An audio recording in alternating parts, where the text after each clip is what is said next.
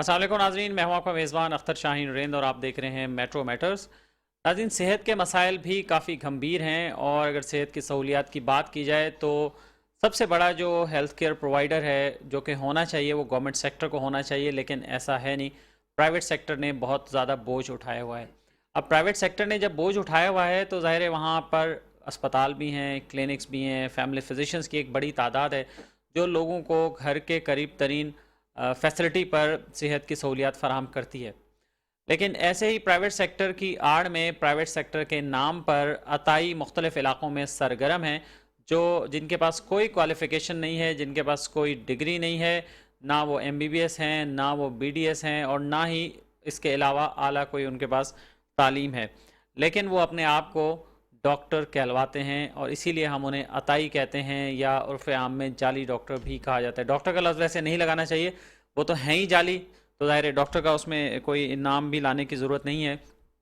हमने अपने पिछले प्रोग्राम्स में अताइयों के हवाले से आपको तफसीलात से आगाह किया था और ख़ास तौर पर ज़िला वस्ती के बारे में हमने कई क्लिनिक्स के बारे में आपको बताया था, जिस पर हमारे प्रोग्राम्स चलने के पहले भी और उसके बाद भी सिंध हेल्थ केयर कमीशन ने उस पर एक्शन तो लिया, लेकिन बज़ाहिर ही वो साबित हुआ और उसके उनके एक्शन लेने के बाद जैसी टीमें वहाँ से रवाना हुई तो किसी ने अगले दिन, किसी ने 2 दिन बाद, किसी ने 4 दिन बाद हेल्थ केयर कमीशन की लगाई हुई सील तोड़ दी। तो हेल्थ केयर कमीशन ने जो क्लिनिक सील किया था वो क्लिनिक की सील जो है तोड़ दी गई और उसके बाद उस क्लिनिक पर फिर से वही धंधा, फिर से वही इलाज, मुआवजा और सब कुछ फिर से वही शुरू हो गया। कई एक क्लिनिक की निशानदेही हमने दोबारा की सिंध हेल्थ केयर कमीशन को और उसके बाद वहाँ एक क्लिनिक पर उन्होंने दोबारा कार्रवाई की और उसे दोबारा रीसील किया गया, लेकिन उसके साथ साथ उसके ख़िलाफ़ तादीबी कार्रवाई और क्या हुई उस क्लिनिक के ख़िलाफ़ और उस अताई के ख़िलाफ़,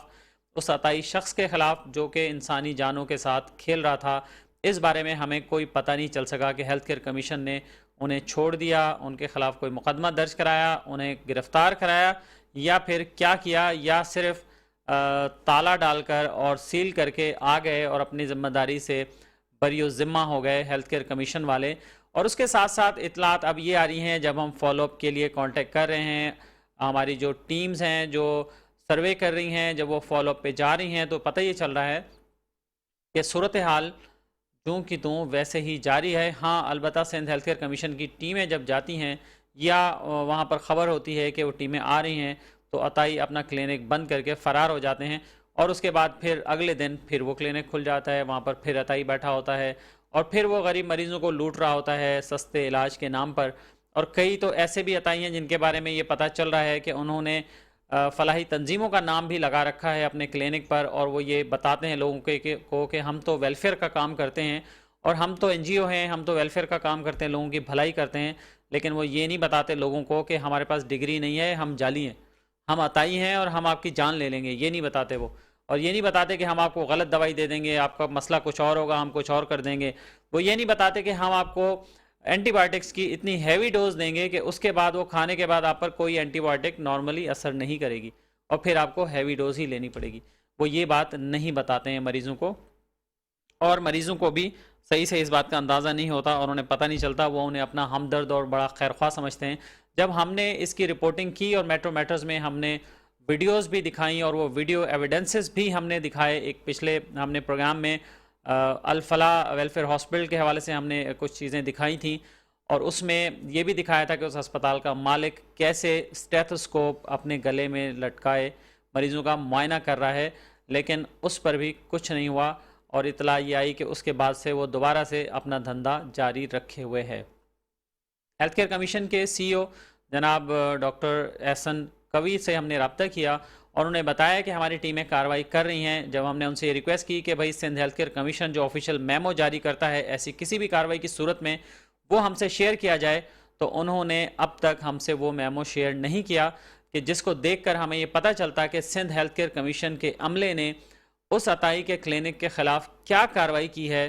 सील किया है तो किस एक्ट की किस शिक के तहत उसे सील किया है और अगर कोई जुर्माना किया है या पुलिस को लिखा है कि उसके खिलाफ एफआईआर दर्ज की जाए या उसे गिरफ्तार किया जाए, तो इस बारे में हमें कोई आइडिया नहीं है। और हेल्थ केयर कमीशन के जो ऑफिशियल्स हैं वो ये जो ऑफिशियल मेमो होता है ये देने के लिए हमें तैयार नहीं है। मुझे समझ नहीं आया कि उसमें पता नहीं क्या ऐसी खुफिया चीज़ है, हालांकि वो ऐसा डॉक्यूमेंट है कि जिसके खिलाफ कार्रवाई हुई है उसको भी देने के वो पाबंद हैं, उसकी कॉपी डीएचओ ऑफिस में भी देने के पाबंद है, वहाँ भी नहीं दे रहे हैं।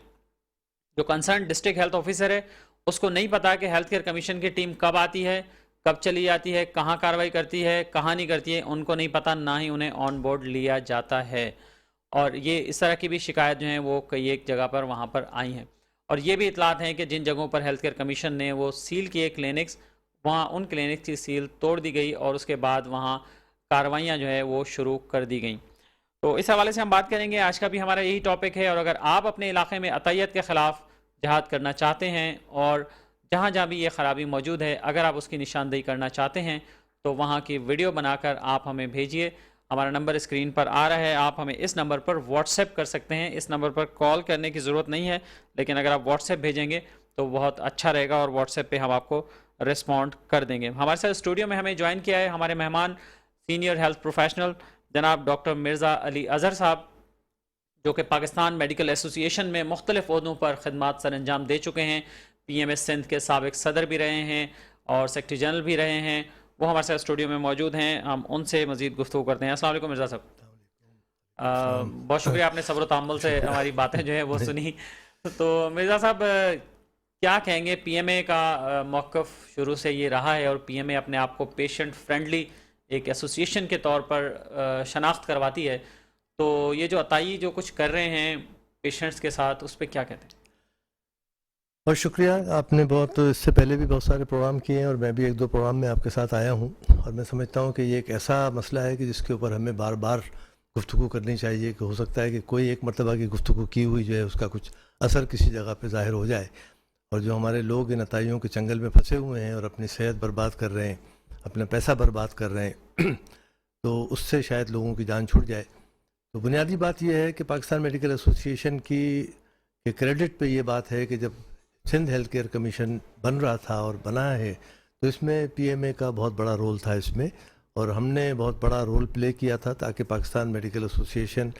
हेल्थ केयर कमीशन बनाए। और उसका बुनियादी मकसद जो था वो 3 बुनियादी मकासद थे। मतलब मैं इसको एक पहले भी कह चुका हूँ, आज दोबारा रिपीट कर रहा हूँ कि पहला मरहला ये है कि आप जितने भी हेल्थ केयर प्रोफेशनल्स हैं उनको रजिस्टर करें आप थ्रू आउट द सिंध का है ना, पंजाब का अलग कर रहे हैं, आप हमारे सिंध के हिसाब से बात करें। दूसरी बात यह है कि आप अतायत का ख़ात्मा करें, और तीसरी बात जो है वो ये है कि पेशेंट्स का और डॉक्टर्स के जो राइट्स हैं, जो हुकूक हैं, मतलब उनका तहफ़्फ़ुज़ किया जाए। इसलिए मरीज़ के हुकूक पहले और उसके साथ साथ डॉक्टर के भी हुकूक। अब आज आप चूँकि अतायत के ऊपर बात कर रहे हैं तो आपने जैसे कहा कि जो अताई जाली डॉक्टर हैं वो पढ़े लिखे नहीं। इसमें एक पॉइंट और इसमें मतलब मैं वजाहत करना चाहूँगा कि अतायत खाली ये नहीं है कि एक बगैर पढ़ा लिखा आदमी जो है वो आके अपनी प्रैक्टिस शुरू कर दे। कुछ लोग ऐसे हैं कि जिनके पास डिग्री भी है, लेकिन जैसे मिसाल के तौर पे जो रजिस्ट्रेशन की बात है, तो इसमें हमारा जो हेल्थ केयर कमीशन में 3 किस्म के लोग रजिस्टर्ड होंगे। एक तो डॉक्टर जो एलोपैथिक डॉक्टर हैं, मतलब जो भी हम अपने MBBS किया हुआ और उसके साथ जो भी उनकी स्पेशलिटी है तो वो रजिस्टर्ड होंगे। दूसरा ये कि होम्योपैथिक तरीक़ा इलाज जो है वो भी दुनिया में माना जाता है, समझा जाता है, उसकी भी तालीम होती है और वो भी एक सॉर्ट ऑफ साइंटिफिक तरीक़ेकार है, और उसमें जो है लोग, तो मकसद कहने का ये है कि जो आदमी होम्योपैथिक का रजिस्टर्ड है तो वो अगर होम्योपैथिक की प्रैक्टिस अगर बैठ के कर रहा है, सिर्फ होम्योपैथिक का क्लिनिक चला रहा है और मीठी गोलियाँ अगर दे रहा है लोगों को और लोग जाके अपना वो खा रहे हैं उसको, तो उस पर हमें कोई एतराज़ नहीं है, इसलिए कि उसकी और वो लीगल भी है, और वो लीगल भी है और वो रजिस्टर्ड भी है। मतलब और तीसरी जो चीज़ है कि जो इस पर रजिस्टर्ड होती है वो ये है कि जो तिब्बे नबवी जिसको भी लोग कहते हैं या तिब्बे यूनानी कहते हैं, जो हिकमत का जो मामला है वो भी सदियों से चला आ रहा है, तो उसको भी मतलब हेल्थ केयर कमीशन ने रजिस्टर किया है, रिकग्नाइज है कि जो आदमी हकीम है तो वो अपने माजून और खमीरे और जो भी मतलब अपने जो जड़ी बूटियों का इलाज करें, तो उस पर हमें कोई एतराज़ नहीं है इस पर। लेकिन प्रॉब्लम यह है कि ज़्यादातर लोग जो हैं कि जिनका ताल्लुक़ होम्योपैथिक से होता है उनकी कोई ख़ास तालीम नहीं होती, और होम्योपैथिक की तालीम हमारे यहाँ जो है वो इतनी सस्ती और इतनी मतलब यानी ज़ूद-याब है, जल्दी मिल जाती है कि आप मैट्रिक कर लें या इंटर कर लें, उसके बाद किसी होम्योपैथिक के कॉलेज में दाखिला ले लें। तो मेरे ख्याल में इंटर साइंस कर लें, मतलब पहले मैट्रिक में ही हो जाता था, पहले अभी इंटर साइंस के बाद जो है आप वो 3-4 साल का जो भी कोर्स है वो कर लें, उसके बाद फिर ये कि उनको एक डिग्री मिल जाती है और उसमें डॉक्टर ऑफ होम्योपैथी लिखा होता है। वैसे पहले से थोड़ा मुश्किल हो गया, थोड़ा सा मुश्किल हो गया, लेकिन उसका होता ये है कि जो लोग ये करके आते हैं तो वो फिर होम्योपैथी की प्रैक्टिस छोड़ के वो मतलब 100% एलोपैथी की प्रैक्टिस करते हैं, और जो कि आपने ये गलत है। है जो ये कि ये गलत बुनियादी तौर पे अतायत जो है वो ये है कि आप अपनी फील्ड को छोड़ के आप अगर किसी दूसरी फील्ड में अपना कदम रखते हैं जिसका कि आपको पता नहीं है, और सिर्फ मसला उसमें यह है कि हमारे पास जो सबसे ज़्यादा दवाएं, ज़ोर असर दवाएं जो होती हैं मुख्तलिफ इन्फेक्शंस को कंट्रोल करने के लिए, वो आपकी एंटीबायोटिक, जैसा कि आपने कहा कि हैवी एंटीबायोटिक देते हैं। एक तो हैवी एंटीबायोटिक देते हैं और एक वो एंटीबायोटिक देते हैं कि जिस एंटीबायोटिक की ज़रूरत नहीं है, इसलिए उनको ये पता नहीं है कि कौन सी एंटीबायोटिक किस उसमें देनी है, तो वो एंटीबायोटिक खिलाते हैं रैंडम, या दो दो तीन तीन मिला मिला के खिलाते हैं उसको। वो उसके साथ जिस चीज़ का वो ज़्यादा इस्तेमाल करते हैं जो बहुत ही ज़्यादा ख़तरनाक है, वो स्टेरॉइड का इस्तेमाल करते हैं, जिसको आम ज़बान में हम कॉर्टिसोन कहते हैं। अब कॉर्टिसोन का जो इस्तेमाल है वो हमारे यहाँ जायज़ है और हम लोग करते हैं, मतलब किसी जगह पे, लेकिन ये नहीं है कि हर मरीज़ को उठा के। और कॉर्टिसोन का जो इफेक्ट होता है कि किसी भी किस्म की बीमारी में आप कोई भी इन्फ्लेमेशन या कोई इन्फेक्शन ये भी हो, कॉर्टिसोन आप दें तो वो तकरीबन जादू की तरह से असर करती आती है, तो फ़ौरन जो मरीज़ होता है वो बड़ा लेकिन मुतासिर वो भी आप फर्स्ट स्टेज पे तो यूज नहीं नहीं करते देते ना। ना। तो ये लोग जो है फर्स्ट स्टेज वहीं से शुरू करते हैं, वहीं से देते हैं, तो मरीज़ को एकदम से वो कहता है कि भाई एक खुराक में आराम मिल गया। तो वो अक्सर लोग मिसालें देते वो हैं कि एक फलां खुराक डॉक्टर साहब के पास जाएं एक यार, खुराक फलां- जो एक खुराक एक खुराक की जो- खाई और ठीक हो एक गया। खुराक का जो मतलब कंसेप्ट है ना, वो बेसिकली यहीं से आया है कि आपने उठा के एक हैवी एंटीबायोटिक के 2 डोज दे दिए और साथ में आपने एक स्टेरॉइड दे दिया, तो तकरीबन जितने भी इन्फेक्शन, जितने भी वायरस, वो सारे के मतलब सारे लोगों को ये फर्क भी बताने की जरूरत है ये ना, बहुत ज़रूरी है कि लोगों को बताया क्योंकि जाए पेशेंट इसमें। की डिमांड ज्यादा होती है। दफा होती है। दूसरी बात जो, मैं चूँकि एक एनेस्थेटिस्ट हूँ, मैं अपना एनेस्थीसिया की प्रैक्टिस करता हूँ, मेरे पास सर्जरी के केसेस आते हैं, तो उसमें मतलब ये होता है कि कैंसर का, जैसे मिसाल के तौर पे कभी कभी मैं बल्कि कैंसर हॉस्पिटल में भी काम करता हूँ आजकल मैं, हफ्ते में एक दिन, तो उसमें ये होता है कि कैंसर का एडवांस स्टेज के ऊपर पेशेंट जो है वो आया, तो मैं पहला सवाल उस मरीज़ से ये पूछता हूँ कि भाई आपके होम्योपैथिक, कि हाँ साहब वो होम्योपैथिक 2 साल से हम दवाई खा रहे थे, वो कह रहे थे मैं जड़ से निकाल दूंगा इसको मैं। एक ये कॉन्सेप्ट जो है ना हमारे यहाँ मतलब माशरे में, कि होम्योपैथिक के जो है वो देर से असर करती है लेकिन बीमारी को जड़ से निकालते हैं। वो जड़ से निकालते निकालते ये होता है कि वो कैंसर जो है अपनी जगह से बढ़ के, और वो ऐसा हो जाता है कि उसका भी इलाज मुमकिन नहीं होता मतलब। तो ये एक ऐसा जुल्म है कि जो मरीजों के साथ किया तो जाता ये तो है। एथिकल प्रैक्टिस होनी चाहिए ना कि जो चीज काम आपका नहीं है आप वही- आगे रेफर करें। पहली बात तो यही इससे है ना, मुताल्लिक नहीं हो। उनसे हाथ ही मत लगाएं ना, रेफर हाथ क्यों नहीं करें। लगाएं। और फिर दूसरी बात है कि हमारे मरीजों के, जो हमारे मरीज जाते हैं उनके पास ना, ये अवेयरनेस हमें माशरती तौर पे हमारा भी, आपका भी, और मीडिया ये तो का, बहुत सारे हमारा फैमिली फर्क है। फिजिशियंस भी ये काम करते होंगे कि वो पेशेंट को अपने पास ही स्टे कराते कराते कराते कराते फैमिली फिजिशियन भी रेफरल बहुत देखें लेट ना, करते होंगे। नहीं बात ये भी है, ये भी एक तरह की, इसमें कोई मैं इसको नहीं करूँगा। फैमिली फिजिशियन या जो डॉक्टर्स हैं मतलब वो भी जाहिर है कि रेफरल अगर देर से करते हैं तो गलत काम करते हैं। वो उसूली तौर पे तो ये है कि भाई जो आपकी लिमिट है उस लिमिट तक आप रहें, और जब देखें कि आपकी लिमिट से बाहर नहीं है, मतलब एक चीज़ आपकी लिमिट में नहीं है और वो उसकी लिमिट से बाहर है, तो उसका तरीक़ेकार ये है कि आप किसी भी ऐसे डॉक्टर को कि जो उसका स्पेशलिस्ट है, अगर ईएनटी का कोई है तो एक लिमिट तक तो मैं उसका इलाज करूंगा, लेकिन आप उसको ईएनटी वाले को भेजेंगे। सर्जरी को जाहिर है कि मेरा काम सर्जरी करना नहीं है, मैं अगर फैमिली फिजिशियन हूँ तो आप किसी सर्जन को रेफ़र करेंगे। तो जितना जल्दी उसकी डायग्नोसिस हो जाए, जितना जल्दी उसका प्रॉपर ट्रीटमेंट हो जाए, उतने ही शिफा याबी के मतलब ज़्यादा इम्कान होते हैं इसमें। बिल्कुल सही है। और ये बताइए कि ये तो वो हैं कि जो एलोपैथिक हैं, होम्योपैथिक हैं तो एलोपैथिक की प्रैक्टिस कर रहे हैं ना, और बाकी हम जो अतायत की बात कर रहे हैं वो तो ऐसा कि मतलब कोई भी मैट्रिक है, अंडर मैट्रिक है, और वो उसने स्टेथोस्कोप लगाया, लटकाया और एप्रन पहन लिया, वाइट एप्रन, वाइट कोट पहन लिया और कुर्सी पे बैठ गया, नहीं राजमान हो गया। उसमें जो है ज़्यादातर जो मतलब इस जो आपने अभी जो ये कैटेगरी बताई है, इसमें ज़्यादातर वो लोग हैं कि जो अस्पतालों में मुख्तलिफ शोबों में लो लेवल पे काम करते हैं। मिसाल के तौर पे जैसे नर्सेज हैं, जैसे मिडवाइफ्स हैं, जैसे वार्ड बॉयज़ हैं, जैसे टेक्नीशियंस हैं, ओटी टेक्नीशियंस हैं। तो ये चूँकि सारे दिन डॉक्टरों में ही रहते हैं और उनकी बातें सुनते रहते हैं, सबकी बातें देखते हैं, डॉक्टर समझना वो शुरू कर नहीं देते वो समझना नहीं बल्कि डॉक्टर की प्रैक्टिस करना शुरू कर देते हैं वो। और मैं इस बात का शाहिद हूँ, खुद ज़ाहिर है कि इस प्रोग्राम में तो मैं तो तफसीलात नहीं बता सकता, लेकिन मैं जानता हूँ कि अच्छी तरीके से अतायत में ये भी एक मेजॉरिटी ऐसे लोग हैं कि जो मुख्तलिफ अस्पतालों में छोटी मोटी उस पर होते हैं, और वो मतलब उनके दवाओं के नाम ये ज़ाहिर है सारे दिन दवाएं देखते रहते हैं वो, और ये कोई डॉक्टर ने उसको फलाने बीमारी में ये दवाई लिखी, ये अलामत थी तो ये लिख दी, ये अलामत ये लिखी, उस फलाने बीमारी में ये दवाई लिखी, तो वो वहाँ से लेके अपना बोर्ड लगा के, लेकिन उसके अंदर फिर एक किरदार जो है ना वो हमारी फार्मास्यूटिकल कंपनीज़ का भी है, इसको हमें ज़रूर कहना चाहिए इस अतायत को फैलाने में, इसलिए कि वो इन अताइयों के पास जाते हैं, उनको प्रमोट करते हैं, उनसे दवाइयाँ लिखवाते हैं, दवाइयाँ लिखवाने के बाद उनको तोहफे तहफ़ देते हैं और उनको ब्राइब करते हैं और उनके क्लिनिक्स जो है वो बनवा के देते हैं बाकायदा, उसमें जो जो चीज़ें उनको डेकोरेट रिक्वायर्ड करके होती देते हैं डेकोरेट करके देते हैं। तो ये भी एक, इसको हम एब्जॉल्व नहीं कर सकते, इसको इससे हम आंखें बंद नहीं कर सकते। इसमें हमारी फार्मास्यूटिकल इंडस्ट्री बराबर के शामिल है इसमें, कि वो डॉक्टरों को भी ब्राइब करती है, और वो मतलब हमारे जितने अताई जो है ना, उनके पास टारगेट होता है कि एक इलाके के अंदर एक टारगेट है कि इतनी दवा हमने इस इलाके की निकालनी है। तो ये शर्मिंदगी के साथ ये बात कह रहा हूँ, लेकिन ये बात भी हकीकत से बहुत ज़्यादा करीब रही है। राइट। और नाज़रीन, हमें टेलीफोन लाइन पर ज्वाइन किया है जनाब शकील बेग साहब ने, जो कि एक्टिविस्ट हैं और कंज्यूमर राइट्स पे काम करते हैं। Consumer rights protection council of Pakistan के चेयरमैन भी हैं, हमारे साथ टेलीफोन लाइन पर मौजूद हैं। अस्सलाम वालेकुम जनाब शकील बेग साहब। जी वालेकुम अस्सलाम। बहुत शुक्रिया आपका शकील बेग साहब, आपने हमें ज्वाइन किया। और एक बार फिर अतायत के हवाले से हम बात कर रहे हैं, और ख़ास तौर पे डिस्ट्रिक्ट सेंट्रल और डिस्ट्रिक्ट सेंट्रल्स की जो कच्ची आबादियां हैं, कुछ बिलाल कॉलोनी, रशीदाबाद, ख्वाजा अजमेर नगरी, शाहनवाज भुट्टो कॉलोनी और इस तरह के जो इलाके हैं वहाँ पर। शकील बेग साहब, हमने पिछले प्रोग्राम में भी बात की थी, हेल्थ केयर कमीशन का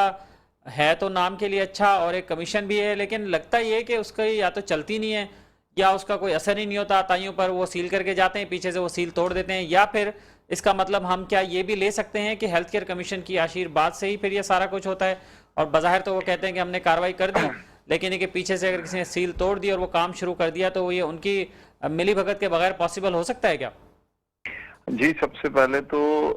ये ज़हननशीं रखें कि जब तक कोई अथॉरिटी या कोई कमीशन ना मिले, उसके बाद तो कोई नाम माशाल्लाह ऐसा है, कमीशन लफ्ज लग जाता है उनके साथ, तो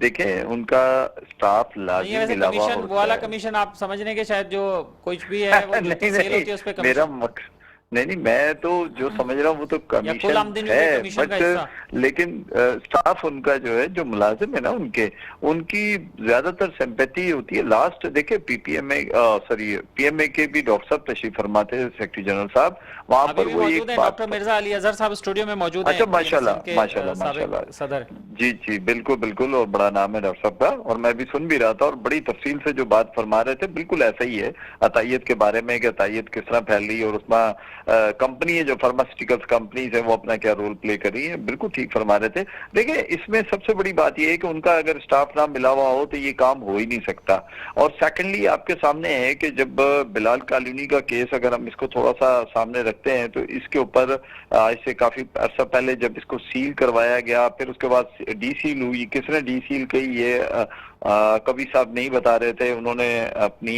एक व्हाट्सएप पे एक मैसेज जरूर कन्वे किया, लेकिन फिर उसके बाद उन्होंने कहा जी हम इसको देख रहे हैं। फिर उन्होंने मीडिया को ही कहा कि जनाब शायद मीडिया ने किया तो उसकी वजह से अटेंशन हो गए। ऐसा कुछ नहीं होता, क्योंकि हम भी 2012 से इस फील्ड में काम कर रहे हैं, बहुत सारी चीजें देखी हैं। बल्कि अतायत पे मैंने आपको बताया भी था कि हमने सजाएं भी भुगती हैं, बल्कि हॉस्पिटल्स में बंद करके चले गए, जिसमें अथॉरिटी के लोग भी मेरे साथ थे, असिस्टेंट कमिश्नर भी थे। देखिए, इसमें जब तक हेल्थ केयर कमीशन अपने आप को ये नहीं समझेगा कि मैं एक अथॉरिटी हूं और मेरा ये काम है कि मैं इस चीज के ऊपर अमल दरामद करवाऊं, उससे पहले ये अमल दरामद हो नहीं सकता। क्योंकि इससे पहले जब तक हेल्थ केयर कमीशन नहीं था तो इजीली जाकर किसी भी तरह हम थाने में एक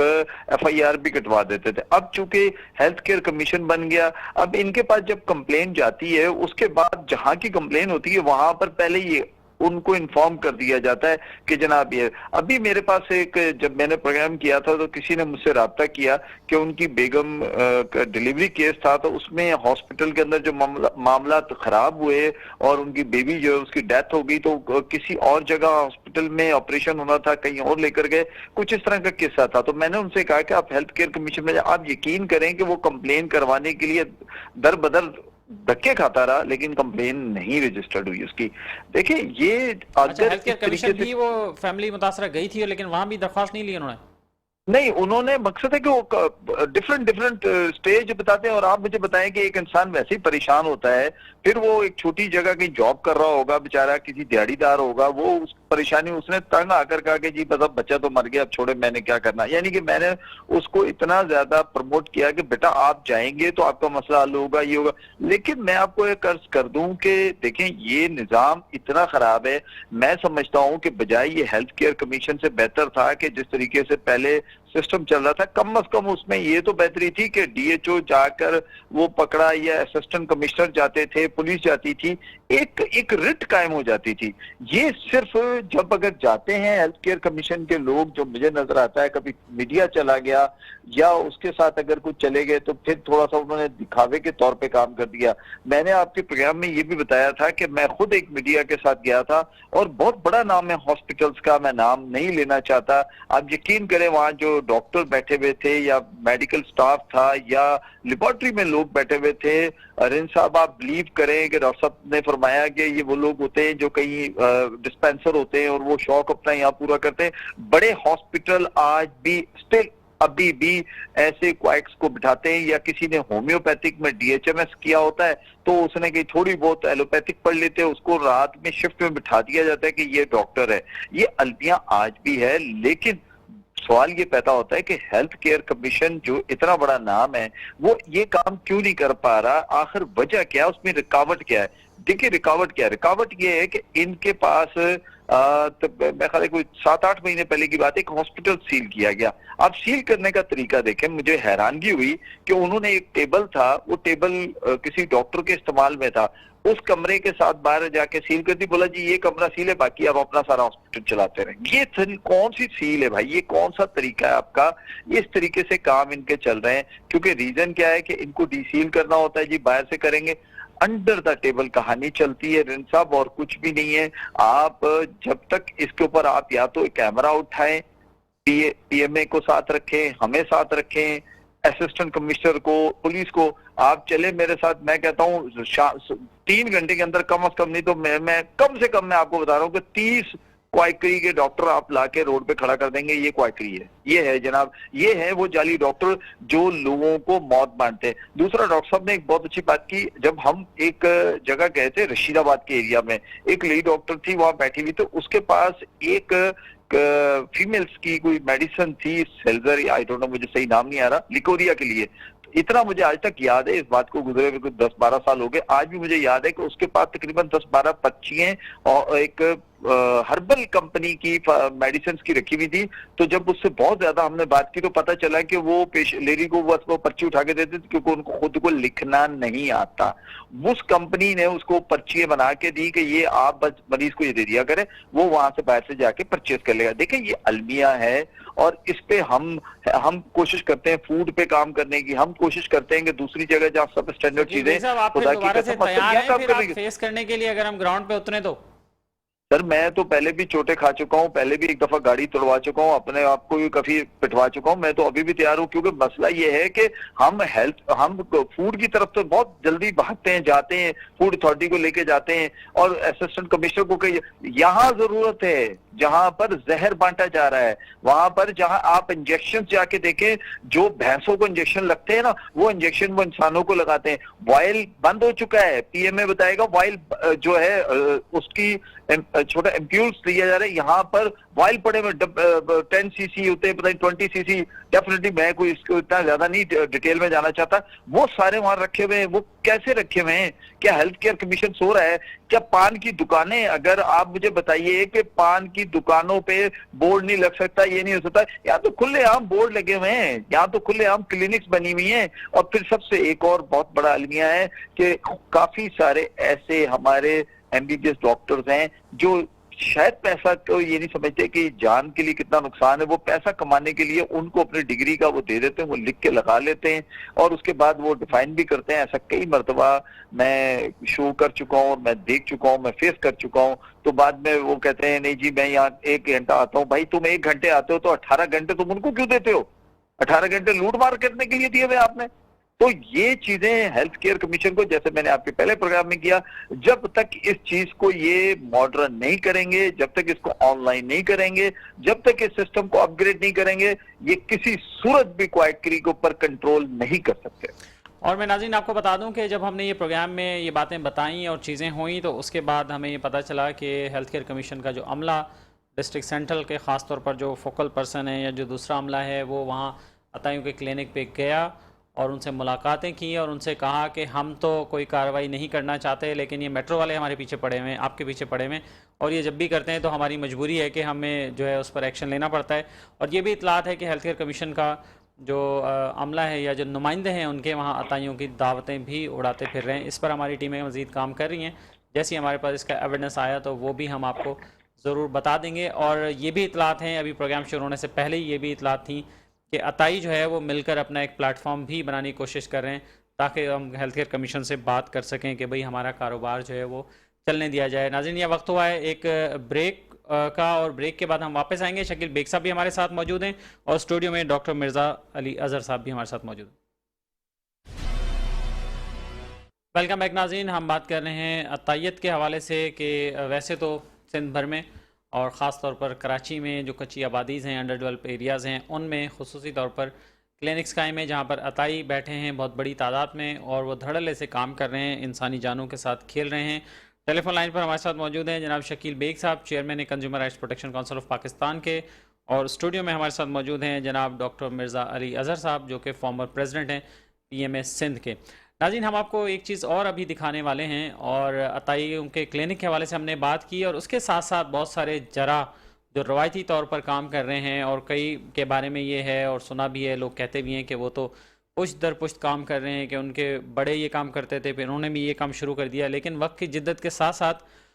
उन्होंने अपने आप को बदला नहीं या वो कोई क्वालिफ़िकेशन हासिल करने की कोशिश नहीं की, लेकिन वैसे ही उन्होंने वो अपना काम जारी रखा हुआ है जो सिंध हेल्थ केयर कमीशन के एक्ट के आने के बाद से वो काम, और उससे पहले भी वो गैर कानूनी एक काम था और आज भी उसे अतायत के ज़ुमरे में ही गिना जाता है। और ऐसा ही एक और केस हुआ है अभी रिसेंटली, इससे पहले भी कई केसेस हुए, लोगों ने शिकायत की, लेकिन एक और केस हुआ है रिसेंटली जिसमें ये इल्ज़ाम आयद किया गया है कि एक बुज़ुर्ग एक आज़ाबंद के पास गए थे जिनका नाम है हबीब पट्टी वाला, और उनके पास मुबैना तौर पर वो गए थे और फिर वहाँ जाने के बाद उनकी हड्डी में कोई प्रॉब्लम होने लग रहा था तो वो सही कराने की गर्ज से गए थे, लेकिन शायद वहाँ पर उनके साथ जो क्या कहना चाहिए, एक धींगा मुश्ती कहना चाहिए कि वो जब हुई तो उसके बाद उनकी कंप्लेन थी कि जी उनकी हड्डी तोड़ दी उन्होंने। और इस हवाले से जो मुतासरा फैमिली है हमने उनको आज इनवाइट भी किया था कि स्टूडियो में वो हमारे साथ ज्वाइन कर लें, लेकिन उन पर क्या प्रेशर आया या क्या सीन हुआ उनके साथ, वो स्टूडियो में ज्वाइन नहीं कर सके, लेकिन उनकी वीडियोस हमारे पास मौजूद हैं। वो वीडियोस हम आपको सुना रहे हैं कि उसमें उनके साथ जो कहानी हुई वो आप बीती उन्हीं की ज़बानी आप सुनिए। मैं अपने मामू को हबीब पट्टी वाले के पास लेके गया था, उसको हल्की सी चोट आई हुई थी तो पट्टी करवाई, तो उसको टीका लगा रहा है तो आधा घंटा आराम आ रहा है, फिर उसके बाद दर्द हो रहा है, फिर उसके बाद मैं लेके गया तो उसने लौटने के बजाय टांग तोड़ दी। हमारे मुझसे कोई सुन नहीं रहा, लेकिन इसने मेरे मामू की टांग तोड़ दी। बड़ा मेहरबानी, हम FIR कटवाना चाह रहे थे, हमारे कुछ सुन नहीं रहा और जोराबाद थाने में जा रहे हैं। सबसे गुजारिश है कि हमारी FIR काटी जाए। तो हम गांव से आए हैं, बहुत गरीब लोग हैं, हमारे घर में गए और इसके खिलाफ हमें हबीब पट्टी वाले ने मेरे मामू की टांग तोड़ दी। हबीब जो पट्टी वाला है उसके पास लेके आपको लेके गया तो उसने टीका लगाया और फिर कोई बांध खींचा और ये देखे टांग देखा। आधे घंटे बाद फिर इनको दर्द चालू हो गया तो मामा से पूछा, फिर बोल रहा है मुझे दर्द हो रहा है। टीका लगाया, आधे घंटे के बाद फिर इसको दोबारा से दर्द चालू हो गया, आधे घंटे तक नहीं हो रहा तो फिर दोबारा हो गया। फिर मैंने पट्टी वाले को बोला कि भाई ये क्या मसला है, तुमने क्या किया है, तुमने तो घुटने के बजाय तोड़ दिए टांग मामू मेरे की, हम क्या जाए, गरीब बंदे आप कह रहे हैं, हम इतने परेशान हैं, एक बार पैसे नहीं दे रहा, उसने मामू मेरी की टांग पे मारा, उसकी सूजन आ गई, फिर मामू कहाँ जाए। हम लोग जो है ना और जो है ना सोजन थी उनके, और क्या कहते हैं जोड़ने के बजाय तोड़ दी, और है ना टीके लगा आराम हो रहा है, फिर दोबारा से जो है ना क्या कहते हैं तकलीफ हो गई। हम लोग जो है ना FIR कटवाना चाह रहे हैं, कोई काट ही नहीं रहा है FIR। जी नाज़रीन, आपने सुनी गुफ्तगू और शिकायत सुनी, ये वो मुतासरा ख़ानदान है जो वहाँ गए थे और टांग को सही कराने गए थे, लेकिन बकौल उनके कि उनकी टांग तोड़ दी गई और एक्सरे भी उन्होंने भेजे और उसमें भी नज़र आ रहा है कि टांग जो है वो टूटी हुई है, और उन्होंने वहीं गालबन क्लिनिक के आसपास ही खड़े होके ये वीडियो बनाई और फिर हम तक भी ये वीडियो पहुंची। मेरा साहब, ऐसे लोगों के लिए क्या कहेंगे, और ज़रा सिंध हेल्थ केयर कमीशन के हवाले से भी बताइए कि कमीशन का चेयरमैन नहीं है, कमिश्नर्स होते थे, कमिश्नर्स नहीं हैं, और जो ज़िले सतह पर जो फोकल पर्सन उन्होंने बनाए हुए हैं दिहाड़ीदार हैं, डेली वेजेस पे काम करते हैं, वो कैसे उस एक्ट को इम्प्लीमेंट करा सकते हैं और वो कैसे मतलब उसके रेट कैसे कायम कर सकते हैं? वो मेरे ख्याल में आपने एक सवाल में बहुत सारे सवालात कर दिए, एक एक करके अगर जवाब क्या देना करें, सवाल पड़ेगा बहुत सारे आ रहे हैं मुझे, और भी सवाल सवाल आ पूछने रहे हैं, लेकिन ये कि वक्त अगर आपके पास है तो मैं तो हाँ नहीं, वक्त कम है घंटों घंटों बोल सकता हूँ जी, आपके साथ हर मसले पे। लेकिन पहली बात जो है वो ये कि जो इस वीडियो आपने दिखाई है, तो ये जाहिर है क्योंकि अताई हैं जो जिनका अभी पट्टी वाले साहब जो भी हैं कर रहे हैं वो बैठ के, तो यही लोग हैं कि जो बेसिकली अतायत से भरी हुई है और लोग उनके पास जाते हैं, बल्कि आके तारीफ़ें भी करते हैं। ये लोगों की भी थोड़ी सी इसमें हाँ, लोगों का दरअसल भी ये है कि कसूर है। डॉक्टरों के पास नहीं जा रहे हैं, डॉक्टर ज़्यादा पैसे ले लेते हैं, डॉक्टर ऑपरेशन कर देते हैं, ये मसला है इसमें। मैंने जब शुरू में आपसे बात की थी तो मैंने कहा एक काम जो है वो हेल्थ केयर कमीशन का ये है कि डॉक्टरों के हकूक़ का तहफ़्फ़ुज़ और मरीज़ों के हकूक़ का तहफ़्फ़ुज़। इस बात के कहने का जो मकसद है बुनियादी तौर पे वो ये है कि देखें डॉक्टर भी इंसान है और इंसान से गलती हो सकती है। तो एक काम जो डॉक्टर करता है, मतलब एक चीज़ होती है गलती, मतलब कॉम्प्लिकेशन जिसको हम अपनी ज़बान में कहते हैं, और एक चीज़ होता है निगलिजेंस। तो इसमें फ़र्क करना बहुत ज़रूरी है। इसमें एक डॉक्टर से, मैं डॉक्टर हूँ और दुनिया का कोई डॉक्टर मैं समझता हूँ शायद ये नहीं कह सकता कि मुझसे कभी ज़िंदगी में कोई कॉम्प्लिकेशन नहीं हुई। ऐसा मुमकिन भी नहीं है। अगर ऐसा कोई कहे तो इसका मतलब है कि उसने प्रैक्टिस ही नहीं की, मतलब उसने डॉक्टरी की नहीं है उसने, बिल्कुल कैटेगोरिकली कह रहा हूँ उसको मैं। कॉम्प्लिकेशन हो जाती है, किताबें भरी पड़ी हैं, मोटी मोटी किताबें सिर्फ कॉम्प्लिकेशंस के ऊपर। कॉम्प्लिकेशन होती है लेकिन उस कॉम्प्लिकेशन को सही करने का तरीका भी डॉक्टरों के पास ही होता है ना, कि उसको किस तरह जो है ओवरकम करना है, नंबर एक। दूसरी बात ये होती है कि जो नेग्लिजेंस है, तो हमारे यहाँ जो, मैं डॉक्टरों के हवाले से बात करूँगा, ये तो खैर आपने वीडियो दिखाई है और अतायत पे तो ज़ाहिर है हम बात कर ही रहे हैं, कि उसके साथ होता ये है कि अस्पतालों में लोग जाते हैं और जाने के बाद मरीज़ के साथ कोई प्रॉब्लम अगर हो गई कॉम्प्लिकेशन की, और खुदा न खास्ता मरीज़ की डेथ हो गई या मरीज़ की तबीयत ज़्यादा ख़राब हो गई या वो सेप्टिसीमिया में चला गया या कोई ऐसा मसला हो गया, तो फ़ौरन ये होता है कि भाई डॉक्टरों ने हमारा केस बिगाड़ दिया। मतलब उसके बाद फिर ये कि जो दूसरा मरला होता है वो ये कि लोग जाके डॉक्टरों के खिलाफ FIR कटवा लेते हैं। और इसमें अभी रिसेंटली एक वाक़या बहुत बड़े, अब तो FIR नहीं कटती, FIR डॉक्टरों के कटती है, खिलाफ अभी रिसेंटली कटी है, अभी भी कटी है। अभी कटी है, 2-3 हफ्ते पहले की बात है। बहुत बड़े अस्पताल के बड़े डॉक्टर हैं, बहुत ही शाइस्ता और बहुत ही मतलब काबिल डॉक्टरों के खिलाफ। कितने हालांकि डॉक्टरों के उन्होंने, खिलाफ? जी कितने डॉक्टरों के खिलाफ कटी? ये तकरीबन कई, मतलब एक आध दर्जन डॉक्टर शामिल हैं उसके अंदर, एक एक आध पूरे दर्जन? अस्पताल की, एक अस्पताल के पूरा ऐसे जो है कैसे ना। हो सकता है एक आध दर्जन डॉक्टर के एक आध खिलाफ डॉक्टर FIR? इसलिए कि वो एक पेशेंट थी, उस हॉस्पिटल में आई, उसने आकर ट्रीटमेंट लिया, ट्रीटमेंट होने के बाद वो पेशेंट घर चली गई वापस। वो उसके ठीक बाद हो गई? कोई हफ्ते, हाँ ठीक हो गई, वो घर चली गई, डिस्चार्ज हो गई, मतलब एक सारा रिकॉर्ड मौजूद है। वो उसके हफ्ते 10 दिन के बाद उस पेशेंट को शायद डेंगू हो गया। अब ओल्ड एज पेशेंट थी, डेंगू की वजह से दोबारा आई, तो डेंगू में आप पता है कि आपको डेथ्स हो रही हैं और रिपोर्ट हुई है, मतलब सारे मीडिया में पता है कि सारे लोग तो नहीं लेकिन उसमें डेथ का रेशियो है, बहुत नेग्लिजिबल है, लेकिन वो है। ये हुआ तो उसके बाद उन्होंने क्या किया कि उनकी फैमिली थी, उनका अपना कोई असर और रसूख था, तो उन्होंने न सिर्फ ये कि वो डॉक्टर कि जो उनका डेंगू ट्रीट कर रहे थे, बल्कि उससे 2 हफ्ते पहले जिन और डॉक्टरों ने उनको किया था, उन सब के खिलाफ जाके FIR कटवा के, और वो मतलब एक मुकदमा बन FIR गया। कैसे कटी? वैसे तो आम मरीज तो बेचारा रोता हाँ, रहता है, अब वही थानेदार उसकी बात नहीं सुनता, वो मतलब मैंने दरख्वास्त कहा नहीं ना, लेता। उनका कुछ कनेक्शन था, वो उस कनेक्शन को मैं ज़रा एलेबोरेट नहीं करना चाहता हूँ। तो एक मतलब मकसद किसी ये- ऐसे इदारे मैं से जो वाबस्ता point- होंगे जिसके आगे जी, पुलिस बिल्कुल जी बिल्कुल फ्लैट हो गई होगी कि अब बिल्कुल बिल्कुल क्या ऐसा ही करें, है, बिल्कुल ऐसा ही है। तो बात अपनी दूसरी नौकरी जो- बचाने के लिए FIR काट दो। बिल्कुल, तो मैं जो अर्ज़ करना चाह रहा हूँ वो ये है कि अकॉर्डिंग टू द लॉ, अच्छा हमारा जो ये हेल्थ केयर कमीशन का जो एक्ट है, this is the act of parliament. जिस तरह से पाकिस्तान मेडिकल डेंटल काउंसिल जो था वो भी एक्ट ऑफ पार्लियामेंट था, उसको छोड़ छाड़ के वो PMC बना दिया, फिर वो PMC से वापस PMDC हो गया। अब ना वो PMDC है, ना वो PMA है, ना वो मतलब PMC है और ना PMDC है, दरमियान में लटक रहे हैं। मेडिकल एजुकेशन का जो कुछ हो रहा है मुल्क में वो एक अलग मौजूद चलें है, उस पे फिर किसी वक्त उसके ऊपर हम तफसीली बैठ फिर के बात करें। इसी तरह हेल्थ केयर कमीशन जो है ये भी एक्ट ऑफ पार्लियामेंट है, जो सिंध की जो आपकी जो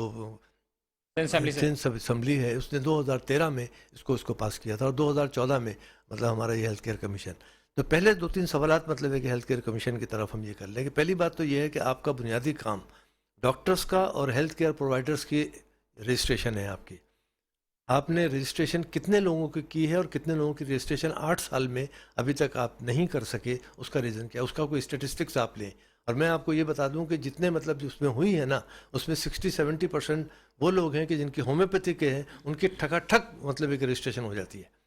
होम्योपैथिक का डॉक्टर जाता है वहाँ दरख्वास्त देता है, रजिस्ट्रेशन का लाकर सर्टिफिकेट लगाता है और वो अपनी मतलब, ये मैं आपको एक बिल्कुल ऑथेंटिक मतलब ये की बात बता रहा हूँ। तो क्यों एलोपैथिक की इतनी जल्दी नहीं होती? एलोपैथिक की इसलिए नहीं होती कि एलोपैथिक डॉक्टर है ना, तो एलोपैथिक को तो अतायत नहीं करनी होती, उनको अतायत करनी होती है। तो अतायत जो लोग करते हैं तो किसी न किसी कन्वीनियंस से करते हैं ना, किसी न किसी की मतलब उस ट्रैकिंग सरपरस्ती में करते मतलब उसके साया होता है, कोई छतरी होती है उनके ऊपर, तो वो ज़्यादा मतलब है कि प्रॉफिटेबल बिजनेस है कि आप उनको दें और वो काम करें, और मतलब है कि सिर्फ सिंपल सी बात है इसमें। और दूसरी बात मतलब ये कि ये है,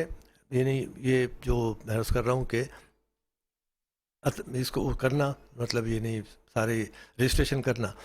और उसके बाद फिर डॉक्टरों के खिलाफ, जैसे मैंने कि अभी आपको एक वाक़या बताया, मुस्तकिल बुनियादों पे कहीं ना कहीं मुकदमा हो रहा है, कहीं मतलब एफआईआर, ये हमारे एक्ट के ख़िलाफ़ है। जब तक health care commission, Sindh health care commission इस बात का तयन न करे कि ये कोई गलती नेग्लिजेंस हुई है है या या ये कि ये कॉम्प्लिकेशन ये हुई, कॉम्प्लिकेशन, अगर कॉम्प्लिकेशन है तो कॉम्प्लिकेशन तो डॉक्टरी में उस पर नॉर्मल सजा होती नहीं है, हो सकती। उसमें सज़ा नहीं होती, उसकी एफआईआर नहीं कट सकती। डॉक्टर से कॉम्प्लिकेशन हुई है, अगर एक छोटे डॉक्टर से हो गई है, बड़ा डॉक्टर आके उसको संभाल लेगा, वो कोई प्रॉब्लम नहीं है। लेकिन अगर कोई नेग्लिजेंस है कि उसको देखा ही नहीं गया मरीज को, या कोई डॉक्टर जो है नर्सों के हवाले करके चला गया, या डॉक्टर वार्ड बॉय के हवाले या किसी करके ऐसे चला, डॉक्टर ने कर या दिया जो किसी नहीं ऐसे था, जो उससे उसका काम ही नहीं था एक्सपर्ट करने नहीं था का, एक्सपर्ट ही नहीं था, ये कर दिया, तो वो नेग्लिजेंस हो गई। उसके ऊपर जो है एफआईआर भी कट सकती है और कानूनी तौर पर उसके ऊपर डॉक्टर के खिलाफ कोई कार्रवाई भी हो सकती है। लेकिन हमारे यहाँ हो ये रहा है कि जब आप जाते हैं मतलब हेल्थ केयर कमीशन के पास दरख्वास्त लेके कि भाई हमारे साथ ये हो गया, और उससे पहले एफआईआर कट चुकी होती है, तो हेल्थ केयर कमीशन अपने हाथ खड़े कर देता है कि भाई ये तो सब्जुडिस्ट हो गया मामला, लिहाजा आप इसमें कुछ नहीं कर सकते, अब आप जाने और आपकी अदालत जाने, हमसे मतलब ये मामला हेल्थ केयर निकल गया। कमीशन इस चीज को चैलेंज नहीं कर सकता चैलेंज कि भाई एफआईआर कैसे कटी? उनको करना चाहिए, चैलेंज करना करना चाहिए चाहिए, ना और उसको, हमारी उसकी अदालतों authority है तो फिर को कैसे? और हमारी अदालतों को और हमारे जो थाने जहाँ पे एफआईआर कटती हैं, उनको नोटिफिकेशन होना चाहिए गवर्नमेंट की तरफ से, गवर्नमेंट नोटिफाई करे इनको कि भाई जब तक हेल्थ केयर कमीशन आपको जो है कोई एक क्लियर कट मतलब इसकी जो है हिदायत ना दे, हिदायत न दे, उस वक्त तक आप ये काम नहीं कर सकते। तो एक तो ये बात होगी। दूसरी बात जो आपने की कि कमिश्नर वाला मामला, वो भी मतलब चेयरमैन भी नहीं है, है, चेयरमैन के बगैर चल रहा है, चेयरमैन तो कमिश्नर से ही होता है ना, कमिश्नर ही होते तो हैं। कमिश्नर्स क्यों नहीं है? कमिश्नर इसलिए नहीं है कि कमिश्नर जो पुराने वाले कमिश्नर थे उनका जो है टेन्योर पूरा हो गया, पूरा होने के बाद इसका एक तरीक़ाकार जो एक्ट के अंदर लिखा हुआ है कि एक 7 लोगों की 7 मतलब मुख्तलिफ लोग होते हैं कि जो मुख्तलिफ इदारों से, या जैसे 2 यूनिवर्सिटी, एक प्राइवेट यूनिवर्सिटी, एक सरकारी यूनिवर्सिटी, एक फैमिली फिजिशियन होते हैं, तो एक प्राइवेट अस्पतालों का नुमाइंदा होता है, एक सीपीएसपी का नुमाइंदा होता है, एक पीएमए का नुमाइंदा होता है, एक मतलब इस तरह से करके, और एक मेडिकल एक्सपर्ट होता है। तो 7 लोग मिलके कमिश्नर्स का जो है इंतखाब करते हैं। तो अभी 2-2.5 महीने पहले ये इंतखाब हुआ बाज़ाब्ता तौर पे, और fortunately unfortunately I was one of the person की who was elected as a commissioner. मैं भी मतलब कमिश्नर उसके अंदर जो है मैं अच्छा। इलेक्ट हूँ। तो 7 लोग जो है उसमें जब इलेक्ट होने के बाद उसका तरीक़ाकार ये है, आईनी तरीक़ाकार उसका ये है कि आप उसकी समरी जो है ना, वो हेल्थ मिनिस्टर के पास से जाएगी चीफ मिनिस्टर साहब के पास, और चीफ मिनिस्टर अपनी मर्ज़ी के 2 लोग जो हैं उसके अंदर, एक फाइनेंस के होंगे और एक मेरे ख्याल में उसके होंगे, क्या नाम है अपना, कोई स्पेशलिटी कोई है उसकी, वो 2 लोग नॉमिनेट करेंगे। लेकिन वो समरी अभी तक 2-2.5 महीने से वहाँ उनके पास पड़ी हुई है, और वो अभी तो आप तक लोग का नोटिफाई नहीं हुआ? नोटिफाई अभी तक नहीं किया ना, मतलब ये 2 लोग उन्होंने मतलब उसमें इंडक्ट किए उस समरी में, जो उनको 2 नॉमिनेट हाँ, मंजूरी हुई। नॉमिनेट करना था। नॉमिनेट करने के बाद उसको जो है नोटिफाई होना था। नोटिफाई होने के बाद जब ये 9 का कोरम पूरा हो जाता, तो ये 9 के लोग मिलते आपस में एक जगह पे, और ये आपस में इंतखाब करके और फिर चेयरमैन इलेक्ट कर लेते। तो इस प्रोसेस को तकरीबन 2 से लेकर 2.5 महीने से हमारी सिंध गवर्नमेंट ने इसको हाल्ट किया हुआ है, जिसका अब लिए हमने प्रेस कॉन्फ्रेंस की, जिसके लिए हमने उनको लेटर लिखे, जिसमें हमने उनको पैगामात भेजे, लेकिन उसका ना कोई असर नहीं हुआ। पैगाम का जवाब आ रहा है, ना किसी लेटर का जवाब आ रहा है, ना हमारी किसी प्रेस कॉन्फ्रेंस का ये आ रहा है। तो हमारे पास इस बात की गुंजाइश मौजूद है कि हम इसको जाके लिटिगेशन में जाएँ, हम जाके, लेकिन लिटिगेशन में आप कहाँ तक जाएंगे मतलब, और किस किस मसले को लेके जाएंगे? लिटिगेशन को आसान मसला इस मुल्क में नहीं है। पहले ही मतलब है कि सारी दुनिया के लोग जो हैं वो जो हर थोड़ा कोर्ट्स की तरफ ही जा रहे होते हैं, की तरफ जा रहे हैं, और महकमे तो अपना काम करते नहीं वही है। महकमे काम नहीं करते। तो मकसद कहने का ये है कि मेरा जो गुजारिश है इस प्रोग्राम के तहत के इस तवज्जुह से, मैं ये कहना चाहूँगा कि ये आईनी इदारा है, आइन को तोड़ने में हमारे यहाँ एक, मेरे ख्याल में शायद मैं सख्त बात कह रहा हूँ थोड़ी सी, लेकिन मुझे कहनी चाहिए कि हम लोग जो हैं सिग्नल तोड़ने से लेके और आइन तोड़ने तक मतलब है कि हमें कुछ हमारी कुछ कल्चर में शामिल है हमारे इसमें, कि हम सिग्नल तोड़ के भी खुश होते हैं और आइन तोड़ के भी मतलब है कि हम मुतमईन रहते हैं, और मतलब हमें शर्मिंदगी नहीं होती आइन तोड़ने में। तो ये आइन है, ये एक्ट है, इसके तहत जो भी कमिश्नर का मामला है इसको तय करें, ताकि हेल्थ केयर कमीशन को चलने के लिए, एक आइनी तरीके से चलने के लिए और अकॉर्डिंग टू लॉ चलने के लिए ये ज़रूरी है कि उसके कमिश्नर पूरे हों और उसका चेयरमैन हो, और वो अपनी रहनुमाई देके इसको आगे चलाए। ठीक है, हम शकील बेग साहब की तरफ जाएंगे। शकील बेग साहब, आखिरी बात क्या कहेंगे? प्रोग्राम का वक्त खत्म हो रहा है। देखिए, इत्तेफाक से जब आप वक्फा था तो मेरे पास एक साहब ने वो व्हाट्सएप पूरा किया, मैं उसको रीड कर रहा था, वो देख रहे होंगे शायद प्रोग्राम। तो उन्होंने एक बड़ी निशानदेही की कि सर जहां आप ये बात कर रहे हैं इस वक्त एक नया सिलसिला चल पड़ा है, काफी खैर अरसे से भी होगा, कि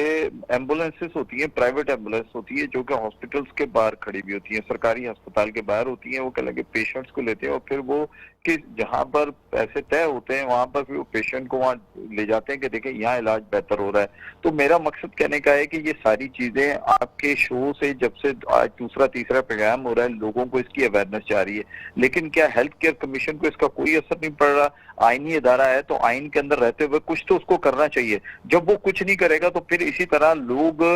किसी न किसी से प्रेशर डलवाकर एफआईआर कटवाएंगे। इन सब मजबूर है पब्लिक के पास इसके अलावा और क्या हल है? इस तरह तो कई जगहों पे देखें, बेसिकली ये तो अमवात बांट रहे हैं ना, जो क्वाइक्स हैं वो अमवात बांट रहे हैं। ठीक है, वो जहां भी कोई इशू हुआ वो एक अलग इशू है, लेकिन कहने का मकसद है जब एफआईआर हेल्थ केयर कमीशन के मशवरे से काटी जाएगी तो वो मशवरा क्या देगा? वो तो खुद उनकी दुकानें खुलवाता है। इससे पहले भी मैं आपको बता चुका हूं कि एमबीबीएस डॉक्टर्स के हॉस्पिटल को सील कर दिया जाता है, खासकर उन एरियाज में कर दिया जाता है जहां क्वाइक्स ज्यादा होते हैं, क्योंकि उसका फायदा बेनिफिट क्वाइक्स को मिलता है। तो ये चीजें जब तक हेल्थ केयर कमीशन के साथ या तो कोई एक बाज़ाब्ता, अच्छा देखिए पूरा सिस्टम आप देखें, जो डॉक्टर साहब अभी बता रहे थे कि इसमें कौन कौन से लोग हैं जो शामिल इस कमीशन में, जो एक